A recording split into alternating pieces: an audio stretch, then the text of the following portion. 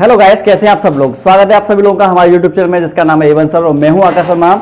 आज आप लोगों को बताने वाला हूं कि जो भी व्यक्ति बीएससी सेकेंड ईयर में हैं उनका मैं जूलॉजी और बॉटनी का जो फर्स्ट पेपर है ऑब्जेक्टिव वाला उसको करने का तरीका और उसको मतलब कि उससे संबंधित जो महत्वपूर्ण जानकारियां हैं वो सभी मैं आप लोगों को देने वाला हूं। तो जो भी बीएससी में जूलॉजी और बॉटनी के बच्चे हैं वो इस बात को बहुत ध्यान से सुनना, क्योंकि मैं एक एक चीज को बहुत ही गंभीरता से बताने वाला हूं और आप लोग भी गंभीरता से उसे सुनिएगा, क्योंकि अगर आपने छोटी सी भी हमारी वीडियो को मिस कर दिया तो आपको वीडियो समझ में नहीं आएगी। तो इसलिए वीडियो को बिल्कुल बिना स्किप किए लास्ट तक जरूर देखना, क्योंकि इसमें कुछ इंपोर्टेंट्स में डायग्राम्स डालने वाला हूं, फ्लो चार्ट डालने वाला हूं, इंपोर्टेंट्स में आप लोगों के लिए जो क्वेश्चंस आंसर हैं वो भी मैं आप लोगों के लिए डालने वाला हूं। तो इसलिए ये इंपोर्टेंट बन जाती है कि अगर मेरी ये वीडियो अगर आप लोगों ने पूरी देख ली तो ये समझ लीजिए कि आपका जो नैया है वो पार लग जाएगी जूलॉजी में और बॉटनी में। ठीक है, तो सबसे पहले मैं बात करता हूं कि देखिए, जब भी आपके हाथ में पेपर आएगा तो सबसे पहला काम तो मैं करना है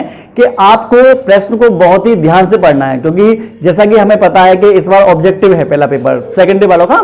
तो आपको क्या काम करना है कि क्वेश्चंस ऑब्जेक्टिव को करने का जो तरीका है पहले हमें वो सीखना है। ठीक है, वो क्या है वो मैं आप लोगों को बताता हूं कि सबसे पहले आप प्रश्न को जब भी पढ़ें तो प्रश्न को पढ़कर आप ये समझिए कि उसमें पूछा क्या जा रहा है। जब तक प्रश्न आपको पता न चल जाए कि उसमें क्या पूछा जा रहा है तब तक आप उसका आंसर मत देना। ऐसा नहीं कि प्रश्न आपने ठीक से पढ़ा नहीं और आपने उसका आंसर दे दिया, पहली गलती ये वाली आपको नहीं करनी। दूसरा काम आपको करना है कि जब भी आप प्रश्न को पढ़ें तो उसमें यह देखना कि कहीं पर अभाव, विहीन, नहीं, असत्य, क्या ऐसे मतलब कि क्वेश्चंस में कोई वर्ड तो नहीं दे रखे। तो अगर ऐसे वर्ड दे रखे हैं तो आप अपने आपको थोड़ा सतर्क कर लेना, क्योंकि आपका जो आंसर है जो गलत कराएगा वो पहला ऑप्शन ही आपका होगा। ठीक है, तो आपको अगर ऐसा प्रश्न दे रखा है तो आप ध्यान से पढ़िएगा और नहीं पर आप विशेष कर जोर देना, नहीं को विशेष कर देखना और उसके हिसाब से फिर आपको क्वेश्चंस का जो आंसर है वो आप लोगों को वहां पर ऑब्जेक्टिव का लिखना होगा OMR सीट में। अगला काम क्या करना है कि जब भी आपका ऑप्शन आपको दिखाई देता है, जैसे मान लो कोई कथन दे रखा है और कथन करने के बाद जैसे कि निम्न में से कौन सा कथन सत्य है, इस तरीके से दिया उसने। ठीक है, 4 ऑप्शन दिए, 4 ऑप्शन के बाद में लास्ट में आपको ये दिखाई देता है ये सभी मतलब ऑल ऑफ दिस आंसर दिखाई देता है, तो 99% चांस है कि आपका जो आंसर होगा वो ऑल ऑफ दिस वाला ही होगा। अगर बाई चांस वालों ऑल ऑफ दिस नहीं दिया तो वो क्या काम करते हैं, ए व बी दोनों या बी व सी दोनों। ठीक है, या इस तरीके के अगर वो क्वेश्चंस देते हैं दोनों वाले दे या ए सी जैसे ए व सी दोनों, इस तरीके के आंसर आते हैं या ये सभी इस टाइप की कैटेगरी का अगर कोई भी आपका क्वेश्चंस है तो 99% चांस समझ लीजिए कि आपका जो आंसर आएगा वो वही होगा। ठीक है, 1% आप लोगों को दिमाग लगाना भी है, ऐसा नहीं करना कि बिल्कुल भी इसी को भरोसे रहें, कुछ अपना दिमाग भी आप लोगों को लगाना पड़ेगा। तो ऑब्जेक्टिव में आपको इन चीजों का ध्यान देना है। और दूसरी चीज ये ध्यान देना कि जब भी आप OMR सीट को भरें तो ये चेक कर लें कि आपने जो वहां पर देखा है, जैसे ए देखा है, ठीक है, तो वहां पर ध्यान से ए ही लिखना, क्योंकि वहां पर नंबरिंग लिखी हुई होती है। तो ये देख लेना कि 50 का ए है तो कभी कभार ऐसा होता है 50 का ए लिखा हुआ है वहां पर, यहां पर 51 का ए लिखकर चले आते हैं। तो ये है तो बहुत छोटी छोटी गलतियां, आप ये सोच रहे होंगे कि नहीं सर हम ऐसी गलती नहीं करते।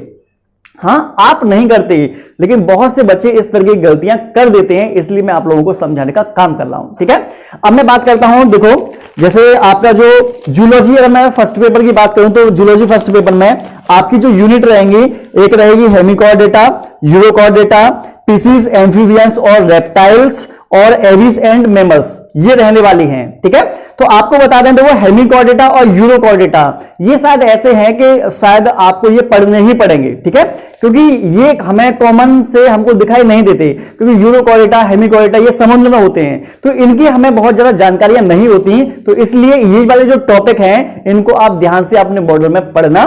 ठीक है ना। और अगर मैं बात करूं पीसीस की तो पीसीस को हम बोलते हैं मछलियां। ठीक है, तो मछलियों के बारे में हमें बहुत सी जानकारियां होती हैं। एम्फीबियंस को हम ओवेचर बोलते हैं, मेढक वगैरह जो होते हैं इनके बारे में हमें जानकारी होती है। अगला है रेप्टाइल्स, रेप्टाइल में रेंगकर चलने वाले प्राणी जैसे सांप वगैरह होते हैं, छिपकली वगैरह है, मगरमच्छ वगैरह है, कछुआ वगैरह है। ठीक है, ये हमारे हो जाएंगे रेप्टाइल्स। तो ऐसे बहुत से क्वेश्चंस ऐसे होंगे आपके एग्जाम में जिन्हें आप कॉमन सेंस के आधार पर भी कर सकते हैं। कॉमन सेंस का मतलब मेरा कहने का यह है कि उसमें बहुत सारे टॉपिक ऐसे आएंगे जिन्हें आप जानते हैं, जिनके बारे में आपने कभी ना कभी पढ़ रखा हुआ। नाइन्थ में पढ़ रखा होगा आप लोगों ने, या फिर आपने फर्स्ट ईयर में पढ़ रखा होगा, तो ये टॉपिक वो हैं जो आपने कभी ना कभी पहले ऑलरेडी पढ़ चुके होते हैं, तो वहां पर आसानी से ये हो जाएंगे।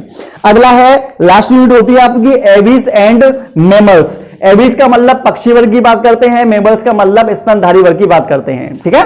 तो ये है जो कॉमन सी चीज है, आपको क्या काम करना है, जैसे मान लो फॉर एग्जांपल आपने कभी बायोलॉजी पहले नहीं पढ़ी, बहुत से बच्चे ऐसे होते हैं जो मान लो फर्स्ट ईयर इंटर में नहीं पढ़ पाते हैं, डायरेक्ट मान लो बीएससी वगैरह में है।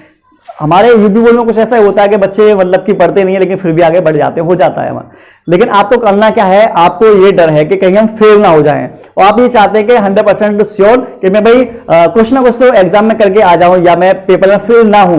तो ऐसी कोई ट्रिक, तो मैं आपको ट्रिक बताता हूं, ट्रिक आपको करना क्या है, ठीक है। अगर ये ट्रिक जो मैं बताने वाला हूं, ऐसी ट्रिक को अपनाकर आप एग्जाम में 101% पास हो जाएंगे, फेल नहीं होंगे। क्या करना है आपको वो मैं बताता हूं।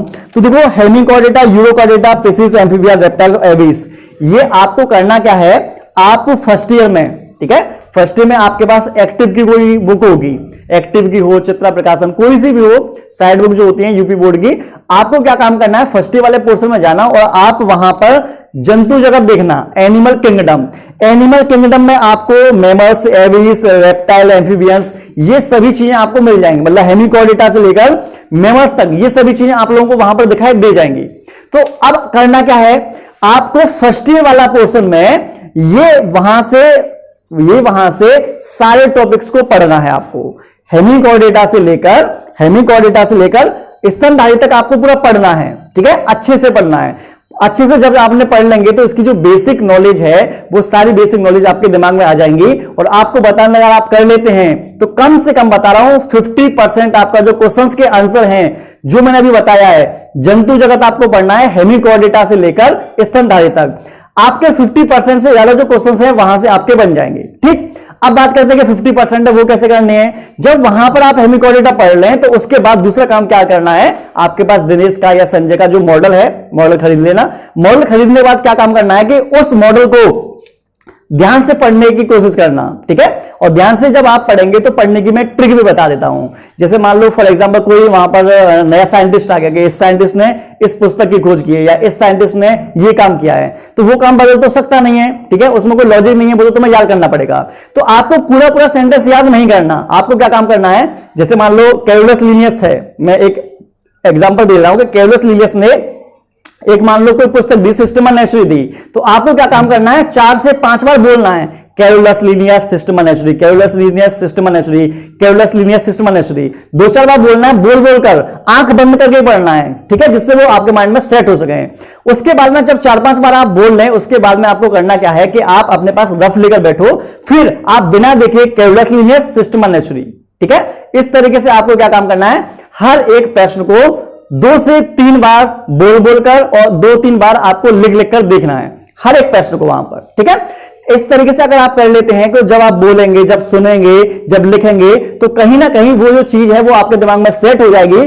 उसी से संबंधित अगर आपको कोई क्वेश्चन दिखाई देता है आपके एग्जाम में, तो 99% चांस है कि आप उसका सही आंसर दे पाओगे। ये जो मैं चीज आपको बता रहा हूं इसको फॉलो जरूर करना, ये बहुत काम की है, ये प्रैक्टिकली है, ये मैंने खुद अपने ऊपर अप्लाई किया भी है, ठीक है। मैं ऐसे ही नहीं बता रहा हूं, मैंने खुद जब मैं बीएससी में था तो मैंने बीएससी का कहीं कोचिंग वगैरह तो नहीं लगाया था, ये मैंने सेल्फ स्टडी करके यही ट्रिक मैंने अपनाई थी और इन्हीं ट्रिक के माध्यम से मैं अच्छे नंबर को लेकर गया। अब बात करता हूं मैं बॉटनी की। तो बॉटनी का जो आपका